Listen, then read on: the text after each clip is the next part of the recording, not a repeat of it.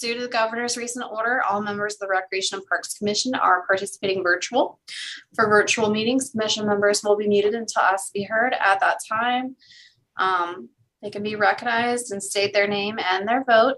It is necessary to do a roll call vote.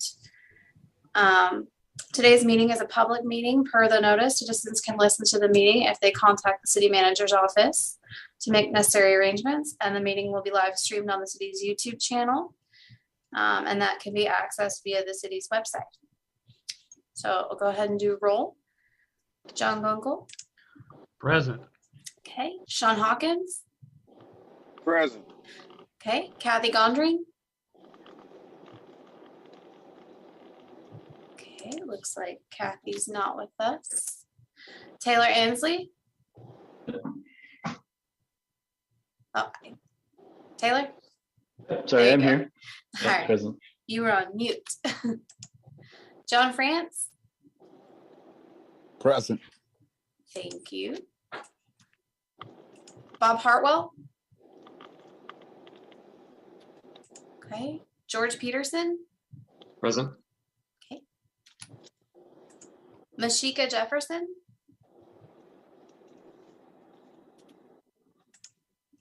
Okay. So we do not have quorum yet. It looks like we need one more member. Maybe they'll join in. Alicia, did you call Joseph Cassidy's name? I didn't hear that. No, I did not, but he is not here today. Oh, okay. All right. Okay. Joe sent us an email this morning. I believe Wake Forest University provided some space and resources to the Winston-Salem Fire Department due to that large fire that was on Cherry Street. And he said that he's literally been up all night long, has not slept, and wasn't going to be able to make it as a result of that. So we're appreciative of him for the public service during that time, but he won't be able to be with us today. He's just exhausted. Wow. How about that? Is that the fertilizer plant fire? Yes. Yeah. Wow. All right. Do we have a quorum? We do not. We need one more member. Hopefully, maybe Okay. somebody will join in late. Okay. Well, I guess we can skip the approval and move on to the update. Yeah, it's actually going to be a business item as well. So we would need to vote on it. Oh, okay. But Chair, still, Chair, if we could do this one of two ways, we can go over the minutes and the business item now and then come back for a vote. But when if additional members do join at that time, we'd have to kind of go back over that information again. What we can do, it was something that's not particularly on the agenda, but I did want to make you guys aware of it. I can discuss that, kind of go over that information, allow time for additional commission members to join. Even at that point, if they're not here yet, we can go into departmental updates and do it that way, and then come back to the business towards the end of the agenda. Sounds good to me. Okay, I wanted to, well, good afternoon, everyone. First and foremost, I hope that everybody's staying safe and gotten through some of this record-setting weather, cold weather that we've been having throughout the month. There was something that we've been, I think I may have mentioned this to the commission at one time in the past. Very similarly, how there are certain applications and ways to navigate around if you're going from point A to point B throughout, not just here in this city, but in the majority of the cities across the country. We didn't have, I wasn't sure, I don't think that the county, even the county parks, had information that could help first responders locate people when there were emergencies in larger parks, as well as on our greenways and trails. And I know that Taylor met with Josh towards the latter part of last week, and I'm not sure if any of this came up as part of that discussion. But we recently had, I guess the more recent issue we had was out at Muddy Creek Greenway. And it's not uncommon for people to use park facilities for suicide. We've had instances where people have been injured, whether they fell off their bike or twisted their ankle while they were running. And there really hasn't been a means or a method or a way for them to clearly communicate to first responders their locations along our greenways and some of our larger parks, such as the Quarry or Reynolds Park, even some of the county parks, some of the large ones such as Tanglewood. And so the more recent incident that we had was on the Muddy Creek Greenway. We had someone that was using the greenway and came across someone who hung themselves on the greenway. And because it was on a greenway and there weren't really any notifiable or clearly identifiable signage or any other objects that could be communicated to first responders, it took them almost 40 to 45 minutes to get to where this incident had occurred. And it's not the first time it's happened in our park system, but we began to think internally about ways that we can make, so we're gonna have to continue to do that, because the first responders actually asked the citizen that found them to kind of wait until they got there. And, it took that, I wouldn't want to be close to or standing next to anyone that's deceased or somebody that's in dire need of medical attention until first responders get there. And so we began talking internally, me and our GIS administrator, Josh, began talking internally about who the stakeholders are, who's involved in that, who needs to be in the know. And so in terms of trying to figure out a way to bring some sort of change to that. And so Josh set up, reached out to the county's GIS team, who works hand in hand with first responders and the 911 CAD operators to try to figure out a way to get first responders as quickly as possible to our larger parks and on our greenways and trails. And so we met with them in December. We had a follow-up meeting with them in January. We found that there was overwhelming support for this to have some sort of either identifiable signage or wayfinding point, so that first responders can know if there's an incident on Salem Creek Greenway, is it closer to Marketplace Mall, or is it going to be closer to the Salem Lake side of Salem Creek Greenway? And so there's a GIS trick that I didn't know that is buried deep down in the data, where you can navigate people to our greenways and trails and throughout our parks, but it doesn't report back as routes that you can navigate with using your vehicle.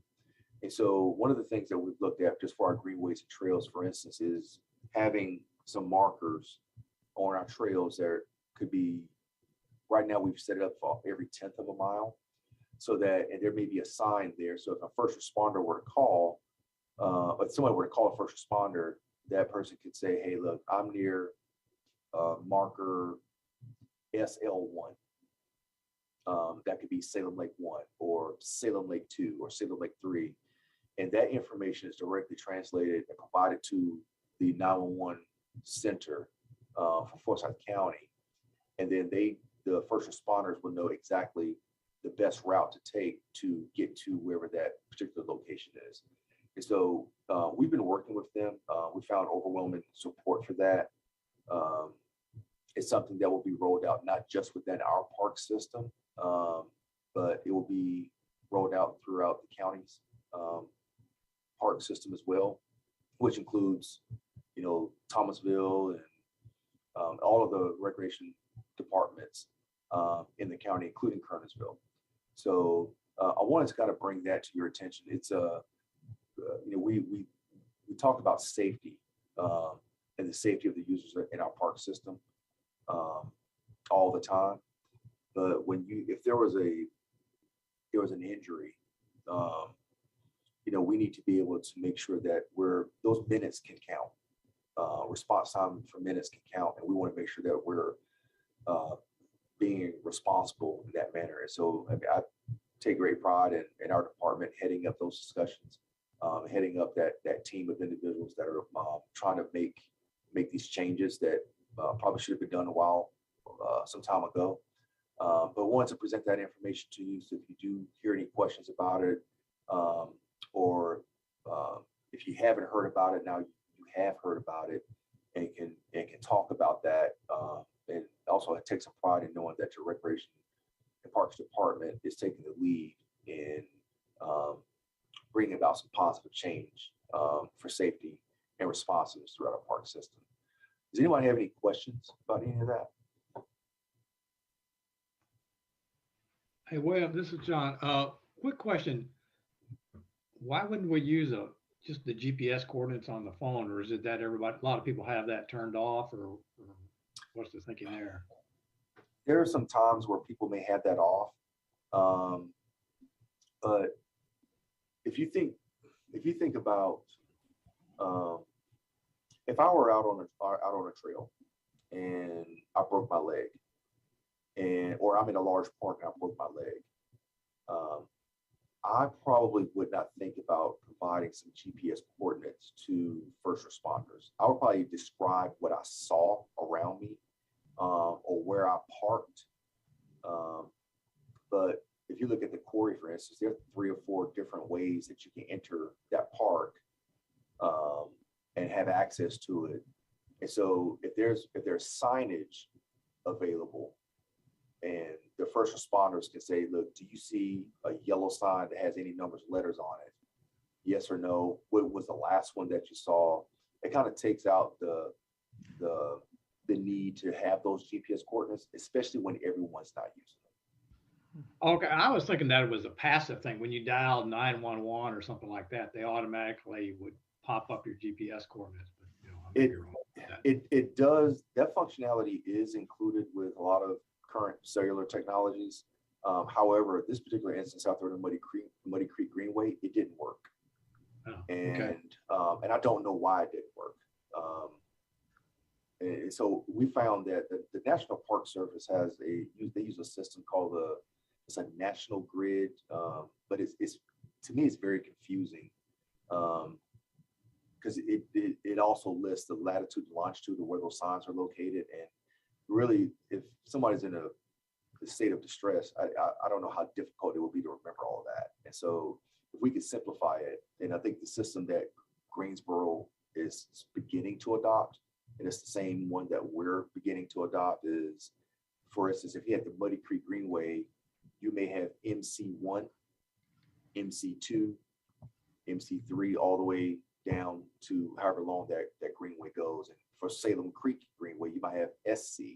And so the first letters will be like the abbreviation for the trail itself. And we can also use that same identifiable system in our parks, so that, you could have like Quarry Park to be QP10 or QP20. But the first responders will have that data as a line item. And it will also tell first responders the closest point where they can begin to get access to those particular greenways or parks to get the service more efficiently to the ones that need it.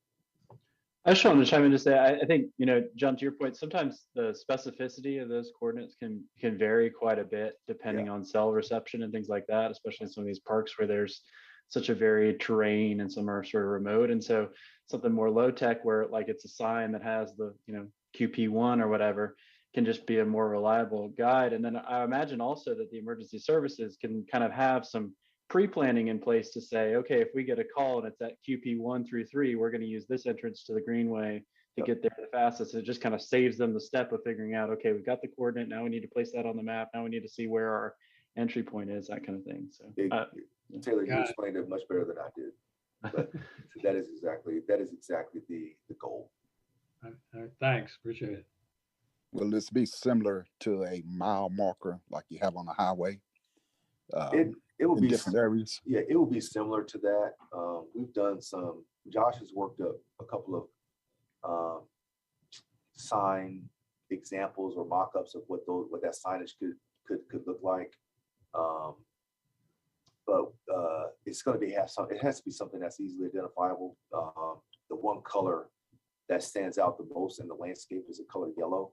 It's one of the reasons why McDonald's has those big yellow arches, so you can see it no matter how far you are away. But it has to be some sort of sign so that people identify it as this isn't just a rural sign. We don't have any yellow signs throughout our park system, but they will be easily identifiable, but done in a way that it's not tacky. We don't want, we're looking at every 1/10 of a mile. We've also looked at every 1/4 of a mile, but it needs to be something that you've recently seen, so that people can be able, if something were to happen, that people can call in and say, look, I was just at mile marker E1 or MC2.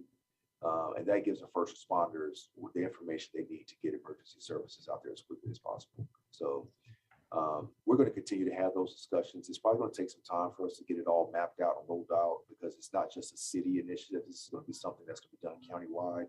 But I'll continue to provide updates on you once we get enough meaningful information where we're actually starting to get some things done on the ground. I'll provide another update for you, and also maybe provide some sort of demonstration for you, so you can see how that system will work.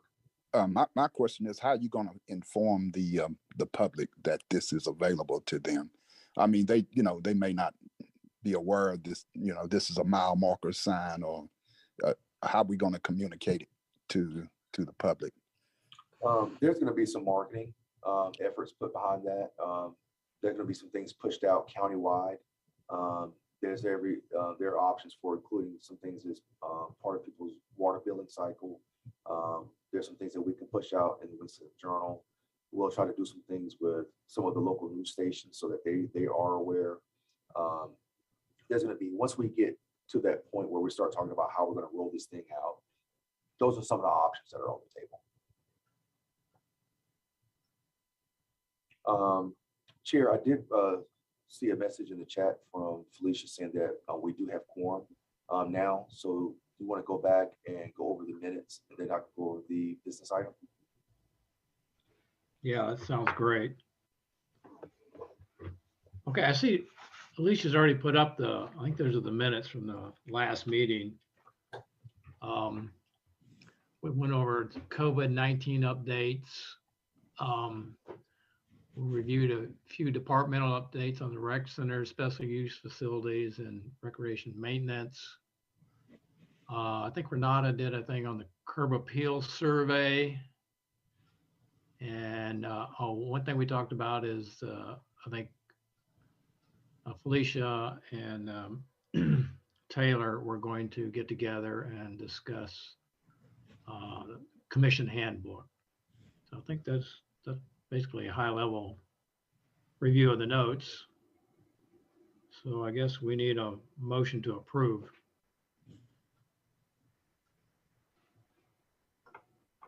Move to approve. This is Taylor. Second that. All right, thank you. Thank you, Taylor and Sean. Now we need a roll call vote. So John Gunkel. Approve. Okay, Sean Hawkins. Approve. Kathy is not here. Taylor. Approve. John France. I approve. Thank you. Bob Hartwell is not here. George Peterson. Approve. Thank you. Mashika Jefferson. Approve. Thank you. And Joe Cassidy is not here, but the minutes are approved. Thank you.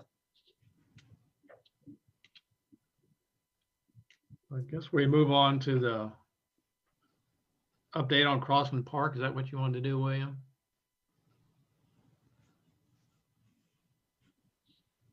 You're on mute. Apologize for that. I was muted. That is as part of the 2018 GO bond referendum that was approved by the voters. There was an item on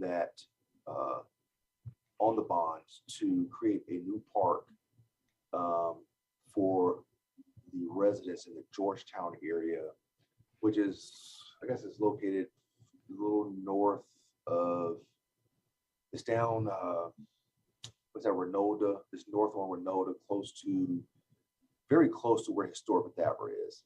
The residents had expressed some interest in wanting a park. We held several community meetings. We spent some time negotiating property purchase. We found some land because in order to create the park, we'd have had to purchase the land to develop the park. We had subsequent meetings with the community, and the decision was made to not move forward with that particular park project. The initial budget to develop the Georgetown Pocket Park was $800,000, which is in the 4th Ward. Mayor Pro Tem Adams continued to look at other opportunities to develop a park in her ward since the voters approved for that to be in the North Ward. As a result, the city became aware of a piece of property located off of Crosston Road. In a minute, I'm going to show you a graphic of what that parcel looks like and where it's located. The property was going out for public bid due to years of back taxes not being paid on it. The city council did authorize our real estate manager to begin bidding on that piece of property. The tax value on the property is currently $69,900. The city was the successful high bid on that piece of property at $55,000. The city is moving forward with closing on purchasing this piece of property that will soon be developed into an additional park in the North Ward. Felicia, if you can go down to the image. This map shows kind of where the property is located. You see it's right there on the corner of Crossland and Myrtle Avenue, which is just the northern end off of Renolda Road. Currently, the property has there's an old swimming pool. There's a bathhouse. It looks like there's some old tennis courts on it that are just in disrepair, but you can tell that the property has just been neglected for a number of years. It will be the city's intent and the recreation department's intent on hiring a consultant to do a master plan for this particular piece of property and use the funding that was allocated for the Georgetown Pocket Park to be used at this location. I know that adding additional facilities has been a concern, not only for staff, but also for the Recreation Parks Commission and council as well. But this was a piece we knew that we were going to be adding this park, a park in the North Ward. I think it's a tremendous opportunity for the residents there to have something local in their neighborhood that they can enjoy.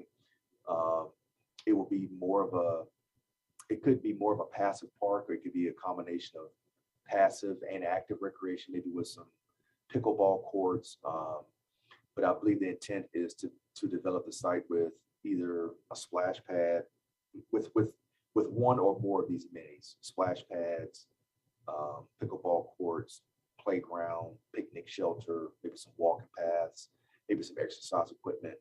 But we would try to maybe have a meeting or two with the community there, meet with Mayor Pro Tem Adams, make sure that we're providing whatever the community wants and what they need, and then go ahead and develop the plan, looking at anywhere between 6 to 9 months to get all the drawings and the due diligence completed, and then anywhere between 6 and 8 months for construction. So it's not something that we're thinking is going to come online this calendar year.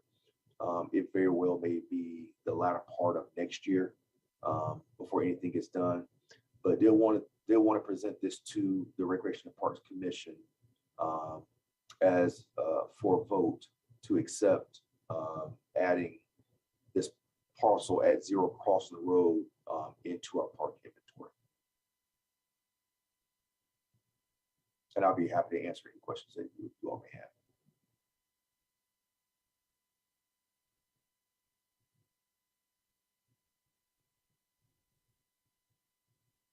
Felicia, was there an aerial of this as well, or no? No, this was the only map.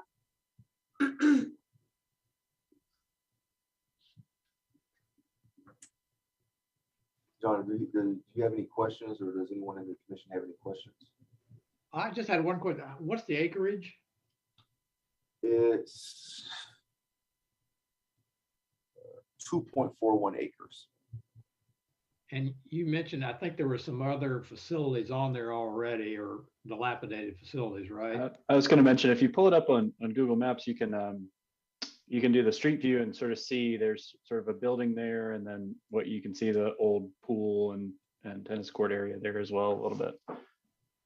So one question I have is, we were going to move some funds that were planned for another park to this one. Did that include funds to, clear out all the old buildings and everything, or is that going to be extra? The funding, the money that was allocated covers any professional services, whether that be surveys, it could be used for land acquisition and development. So that's the total budget for this particular project. Once all the professional services, as hiring consultants and all of the due diligence has been completed, so that we can get to a point where we can move forward, all of that will come out of that $800,000 budget. There will be no additional funding needed at this time to make this happen. Okay, great, thanks.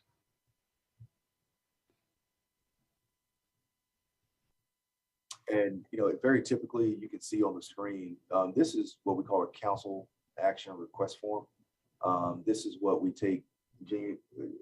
typically take to committee meetings to get them to approve items in committees before they go to full council for approval. Very typically, as we've done, because there are certain deadlines that we have to meet in order to get these items in, it is stated on there that the Recreation and Parks Commission voted in favor of this acquisition at their February 1st, 2022 committee meeting.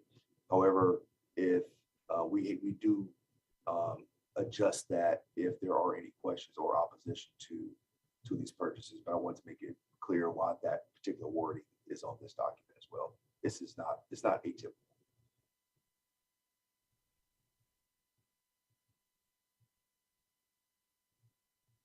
Are there any other questions? Guess we can move on. We need a motion to approve the acquisition. All right. Does anybody want to make a motion to approve? I make a motion that we approve the acquisition as read. Thank you, Sean. I second that motion. Thank you, Taylor. Now we need to do a roll call vote. John Gunkel, Approve. Sean Hawkins. Approve. Thank you. Kathy is not here. Taylor. Approve. Thank you. John France. Approve. Thank you. Bob Hartwell is not here. George Peterson. Approve. Thank you. Mashika Jefferson. Approve. Thank you.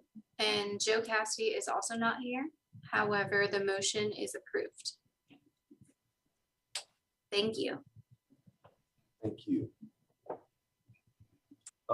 Chair, that is the extent of the business portion of official business portion of the that I had to share. I had one other update that I wanted to provide to you all. I did discuss it at my staff meeting yesterday. And I may have mentioned, or we may have touched on this before, but anyone that's been paying attention to any of the news, not just in our area, here in the city of Winston-Salem, but it's probably fair to say that it's happening across the country, that there's been an uptick in youth violence across not just our city, but just across the country as a whole. I've been reading and keeping abreast of some of the things that they've been doing in Greensboro. The city has done a number of things. I have a number of plans, and part of that plan was the creation of a youth violence prevention manager. It will be a brand new position that will be housed It is housed currently here within our Recreation and Parks Department. Given the number of people that we reach and have the ability to reach, whether through programmed activities at our recreation centers or special events at our various park locations across the city, we're probably one of the more front-facing and public-facing departments in the city, and so it's a tremendous opportunity for us to use that reach to see if we can make an impact and reduce youth violent crimes across our city. Many of you may or may not have heard of Bryce Sherman. He has been working with the department for a number of years. More recently, in his former role, he was the youth athletics supervisor. Bryce has done a number of programs, whether it be tennis, future athletes. I think he helped with future athletes. He was the point person for Fairground Fridays. We're hosting those at the fairgrounds. He has a way of just being able to reach and interact with the youth across the city. One of the charges that we have, first and foremost, is developing some youth, a mentorship program. There is funding available, I believe, out of the first round of the ARPA money that we received from the federal government. The city allocated $1.35 million of that money to youth violence prevention programs and reduction in crimes just across the city. I don't know if it was last week or maybe the week before, the police department hosted a gun buyback program. The money that was used to buy back those firearms came from some of that ARPA money. There's also been funding specifically allocated to develop a mentorship program where we may be able to, whether we create and run the programs ourselves, or we partner with some nonprofits and outside agencies across the city, wink, wink, Sean, where there could be a stipend that's paid to the mentors and the mentees. And so it's a tremendous opportunity. The position will be funded for 3 years using ARPA money. It has been approved by City Council that at the end of those 3 years, the funding will be added to our budget to fund this new position within our department, just same way that we fund the rest of our positions. So I wanted to make sure that you knew about that. I'll make sure that we bring Bryce to one of our future commission meetings. Once we have a plan mapped out in terms of what some of the things that we're going to do first, second, and third, so he can present those ideas to you, get some feedback before we begin any type of implementation process. So does anybody have any questions about that information? William, I think that's going to be a great program once it gets off the ground. That's going to be an added piece that our young people can have outside of the normalcy of the parks and recs and all the stuff that we do already. I think more outlets, more resources, and more programs will help engage our young people. And not saying that the school system of Forsyth County is not doing their part, because they are, but we need more. And I'm glad that Parks and Rec is being involved even more with our young people, because we see what's going on, not only in our city, but throughout the United States. And we all can do something. And this is the something that I believe that's going to help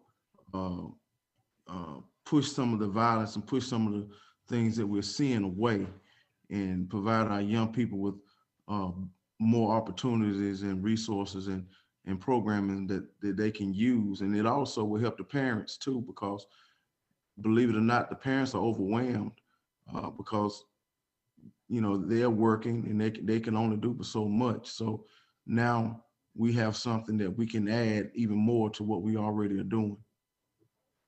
Yeah, Sean, you made a couple of great points. I think it's also important to note that, you think about youth violence and mentor programs, you have a tendency to think about young men. But our efforts are going to be focused on young men and women. Because I think there are opportunities in both of those areas to provide some meaningful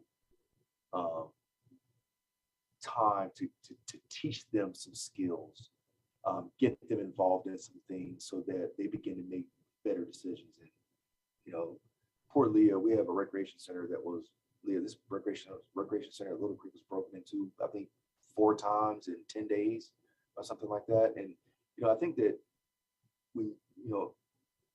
they say that the idle mind is the devil's workshop. And, people have just, they think we can take that free time and get them focused on being able to be proud about something that they're going to do tomorrow,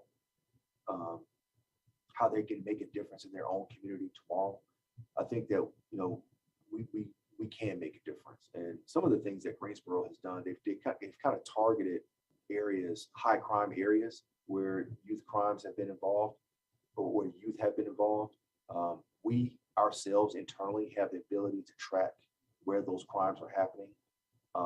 Not just youth crimes or teen crimes, but crimes across the city as a whole. But we're able to filter out those youth crimes and kind of target those areas where we need the help the most. And so I'm looking forward to making a difference in the community. And again, it's a testament to the staff that we have and the talent that they bring to the table. But we did want to make sure that you guys knew about that. It did go to City Council for approval back in September of last year. They're cutting through all the red tape and creating the position, and federal requirements of reporting how the money's being used kind of weighed in on that a little bit. But we're very, very close to hitting the ground running and being able to make some positive change throughout our community. So I want to make sure that you and the chair and everyone on the commission were aware of that, and know that we're proud to be leading that effort. All right, thank you, William. All right, Chair, that's all the information that I have. We can go into departmental updates and information if there isn't anything you would like to discuss between now and then. Just a quick thing, maybe, for the next time, can we maybe have a little update on the commission handbook, on some of the discussion that I was going to give a really brief update on that, John. I can do that right now. Felicia and I did meet. We talked through what needed to be included in that handbook, some ideas for sort of question and responses there, and including sort of the new draft. I apologize, I'm going to get the wording wrong, but whatever it is that the council needs to sort of approve in terms of our sort of organizing document or charter, so to speak, or whatnot, whatever the term is for that. So I think Felicia's making the next steps there and pulling that together as those pieces become finalized. And then she'll share that draft with the commission when it's ready. And then we also talked about the sort of reporting form that we were using for our visits to the parks and kind of streamlining that to make it easier for all of us to just kind of record a quick reaction if we're in a park and we see a significant issue, or if we want to flag something for the staff's attention. So she will share that as well. And then also just wanted to mention, I did meet with Josh as well to see kind of the preview of the coming mobile app for the park locator. I think you all would be really excited to see that. It looks great. He's done a great job so far. It's a lot of work, kind of using the tools that the GIS system provides, but putting it in a much more mobile friendly format. The version that was shared previously works great on a desktop computer where you've got a lot of real estate to use kind of the GIS system, but it was very kind of slow and a little clunky on the phone. So this new mobile app will be really a great asset to the city once it's finished. And yeah, just kind of offered a little bit of my expertise to Josh in any way I can be helpful, and we'll continue to do that. And but yeah, I think he's off to a great start there. And I don't know, William, if you had anything else you wanted to add on that, the mobile app side of things. Yeah, I think that, Taylor, I wasn't able to make that meeting, but I felt very comfortable with, you and Josh being there and doing that. And, it's many years ago, I was in a meeting over in Greensboro. This is pre-COVID, and they had a GIS team, and they were working on these apps, and they were doing these things. And I was like, man, like we should be doing some of this stuff too. And, I think we lucked up getting Taylor on the commission, but we're definitely going to use his knowledge and expertise and get us to a point where we can roll this out. And it's the possibilities are endless.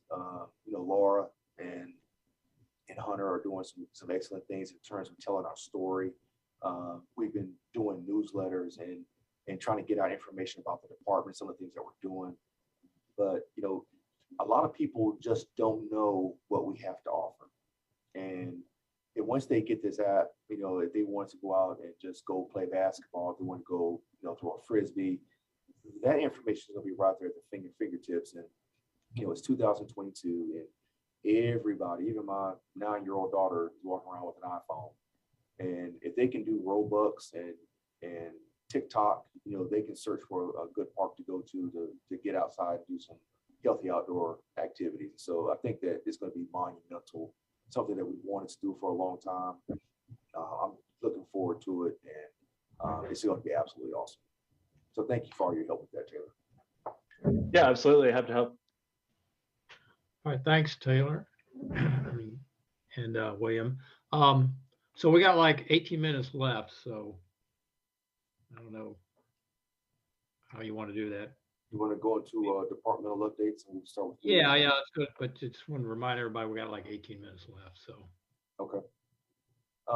Leah, you want to go ahead and present Recreation Center updates for the commission? Yep. Good afternoon, everybody. Hope you're doing well. So I think William kind of touched on it a little bit earlier. There is a big fire going on at off of North Cherry Street. So we actually have one of our facilities shut down today because of that. So Brown and Douglas will be closed today and potentially tomorrow, depending upon how that fares. Hopefully everybody is safe and there will be no explosions, and we'll be back in operating business tomorrow at Brown and Douglas. Couple things that we have going on in our facilities. I think I chatted about it last time. We're looking at creating different programs to involve more children into STEM programming. So of course we have our annual Bridging the Triad event that will be this Saturday at Miller Park. Did anybody get their kits? Did anybody build a bridge? Anybody participating? No? You guys are missing out. It's a lot of fun. If you're available to stop by on Saturday, we'd love to have you. If you've not seen it, we do have a video where it shows how we break the bridges. It's a lot of fun. We do have, I know that staff said that we ran out of kits already. So we had over 100 kits that we've already passed out to the community. So hopefully we'll have a good turnout. We usually have a good following with the Girl Scouts and the homeschool group. So looking forward to bringing some more people in. Like I said, if you guys want to come out, you still have time to go get a kit and submit it. So pick them up at Miller Park. One of the other things I wanted to touch on, William was talking about our new teen position that we have coming up. And I think that's phenomenal. Really looking forward to bringing and highlighting more things for our facilities that involve teens. We are in the process of planning our summer camps right now. And we are working on a teen summer camp that's going to be at 4 of our locations. And the basis of that summer camp will definitely work on job skills, community give back, and some other stuff. So, trying to expand on making sure that we have opportunities for our teens in our facilities. The locations that we're going to have those camps at will be Martin Luther King, Amelia Davis Harris, Polo Park, Sedge Garden, and we're looking at also William C. Sims Center. So we are working on flyers. Once we get that information, we'll push that out to you guys. As you can see, Felicia's scrolling through a lot of information. We have a lot of great stuff coming up in February. One last thing that I want to highlight that we're working on, or that we have coming up, is we have our Valentine's Bingo, drive-in bingo event that will be February 11th, 2 p.m. at Bolton Park. It's a great program that we started back, I guess, it's all been a blur, 2020, when COVID was in its height and we couldn't gather.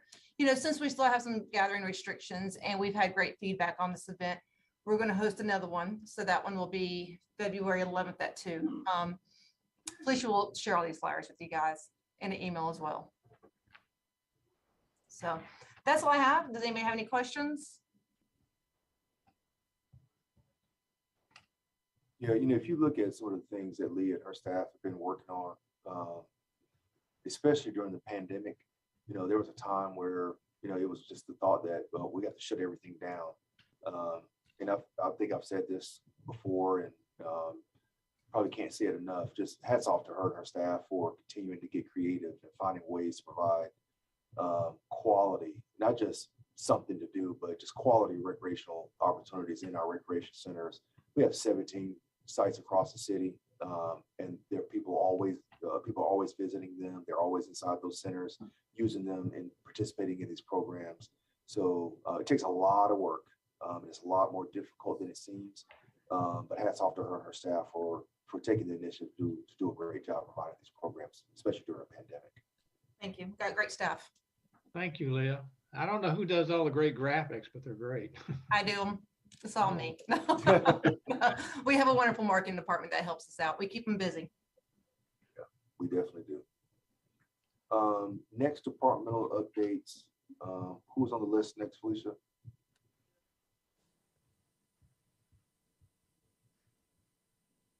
I think it's the special use facilities. Okay, that will be Greg James. Greg, would you like to provide some updates for the commission of things that you're working on in your respective area? Yeah, absolutely. Good afternoon. Thank you, Willem. This morning we were involved in the bidding process for our golf tournaments in the county. So I'm really pleased to tell you that in early June on the 3rd and the 4th, Winston-Salem Golf Course will be hosting the brand new female event. We're really excited about it. Excuse me. Kay Thomas, our athletic director, and Julius Reese, our golf professional over at Winston Lake, have worked tirelessly to engage female golfers. So we're delighted to have that bid. Really excited to have that event. A couple of partnership news. Tomorrow, we will be working with Baptist Health. They are providing opportunities for people with Alzheimer's or people at risk of Alzheimer's to come out to an event at Salem Lake. It's a great resource fair. We have been working with them for the last couple of years with this, so we're really happy to bring that back. And then some other partnerships. We're working with the library to provide a couple of programs over at Historic Bethesda. One of them is a Nature Explorers Camp. The other is a storytelling one. There's a real lack of programming for ages 5 and below. And I know Leah and the Rex and their team have been doing some of that as well. So we're looking to really kind of engage. Like, the beautiful thing about recreation is that whether you are a toddler or whether you're a senior, you never age out of recreation, which is one of the things that brings us to work every day. So really excited to see those. And then finally, our therapeutic recreation division, we're partnering with the North Carolina State Extension to do a community garden project over in the Kimberly Park region. Sustainability, that growing your own food is really big, has been really important through the pandemic. So we will be providing the garden beds, they will be providing the soil, the plants. And so we'll be out there weekly doing dinner program in the spring. So much needed, builds that sustainability, very much that kinesthetic, hands-on kind of educational piece, open to all ages. Aside from that, I got basketball. I mentioned that last time. Our first games began Haynes Hosiery, 10, 11 o'clock on Saturday morning. If anybody's ever in the area wants to come by and see the kids really having a great time out there, I thoroughly recommend it. But that is all I have for you today. Thank you very much. I got a quick question. It's either Greg for you or maybe for William. Have you guys seen a big increase in participation in golf at our facilities since COVID? Hey, yeah, we have. Hey, John. Yeah, absolutely, we have. It's one of the things that, regardless of the impacts of COVID, people have been coming out. We saw a really big spike at the beginning of the pandemic. The great thing is we have two very affordable and one very affordable in Winston Lake. So people are coming out, people are getting engaged with golf. So we're trying to come up with some programs for the spring that can be introductions to golf, whether you've been out on the course a few times, maybe you've been to the range, maybe you've never even held a golf club. They're the kind of things we're working on. But yeah, I'd say we see around about a 40% increase at the start of the pandemic. That's dropped down to around about 30-ish. So still strong numbers. Right. Yeah, I was having a discussion with my son about this the other day, and we're discussing, we thought that the use for golf has just gone skyrocketed in recent times, but I just had nothing to verify that. All right, Yeah, it thank you. has. Yeah, no problems. And we've seen with the beautiful thing about Winston Lake, it's a very diverse golf course. So when you go down there, you have all kinds of people playing, which is really great. And you'll see that at the tournament that I mentioned at the beginning of my updates as well. So, but yeah, I'm happy to report a good increase. Thank you. And Greg he said it, he was being very, very humble when he said it. We were very, very adamant about including a women's golf tournament as part of the Forsyth Invitational. Or Greg, I may still be calling it by its old name, but this is going to be the inaugural season for our department hosting all females tournament at the same time that we're hosting. It's part of the same group where we're hosting the men. And as soon as I got off the phone with Bobby Hagee, who was on the tournament committee this morning, I called Mayor Pro Tem Adams because she was very, very instrumental in helping us get the Women's Golf Association established at Winston Lake Golf Course. Greg, I think the last time I looked at the numbers, we had like 65 members there as part of the Women's Golf Association at Winston Lake. But it's a tremendous opportunity. If what we're doing as a department is supposed to be equitable, it's really a no-brainer in terms of us offering that women's golf tournament. And this is, it's been out there on the table in years past. We had a planning meeting, and it didn't, I don't say, Greg, it necessarily went over as favorable with that group as we would have liked to ask more questions and cast more doubt on us making it happen. But, we have the right people in the right places, and we're going to do a fantastic job at that, being able to celebrate our lady golfers throughout the triad.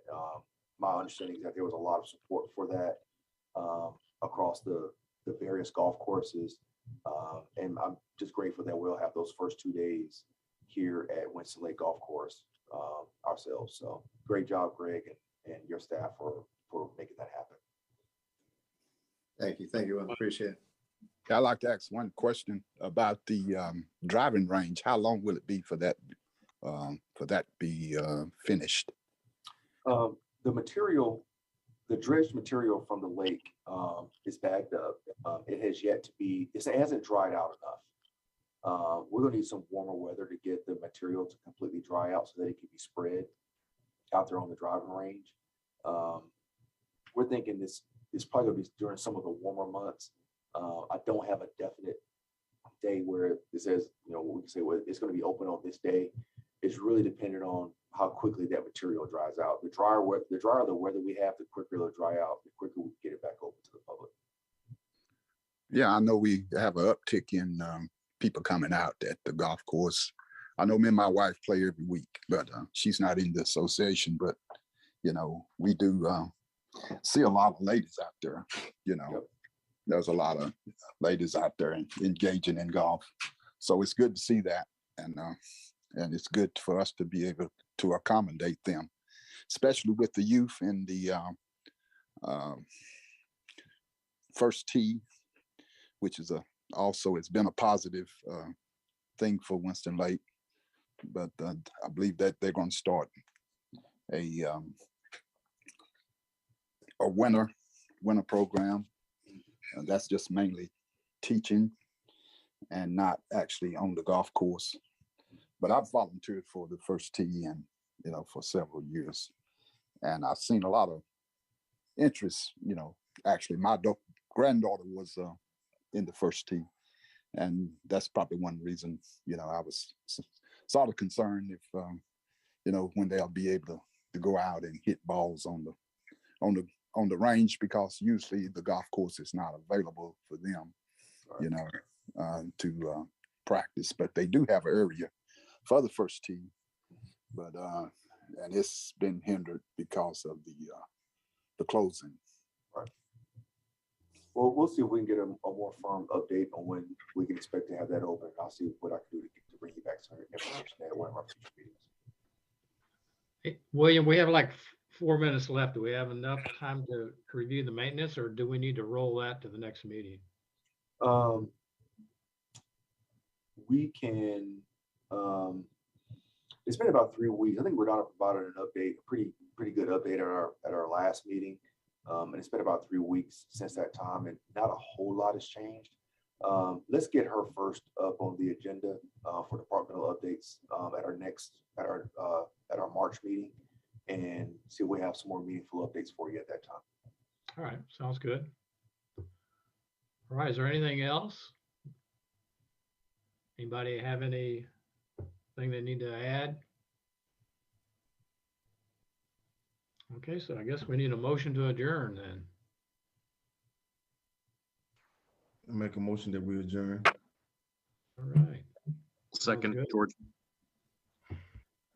All right, thank you very much. Thank you, William, you and your team for providing the information. And I guess we'll see everybody at the March meeting, which is when? March. Say again, I didn't hear that. I think it's March 1st. Okay, Yes, March it will 1st. be Tuesday, March 1st at 12 o'clock. Okay, great. All right, thank you. All right, thank you, everyone. You have a great rest of your day. Thank you. Have a great day, everyone. Thank you, Felicia.